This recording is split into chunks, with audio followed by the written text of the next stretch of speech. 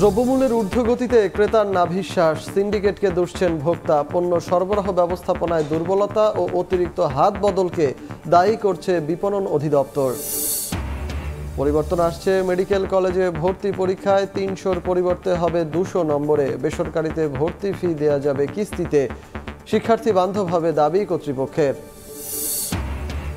তীব্র শয্যা সংকটে শরীয়তপুর সদর হাসপাতালে চিকিৎসা সেবা ব্যাহত, মিলছে না চাহিদা অনুযায়ী ওষুধ। প্রায় ২ বছরেও চালু হয়নি মুন্সিগঞ্জ জেনারেল হাসপাতালের আইসিইউ।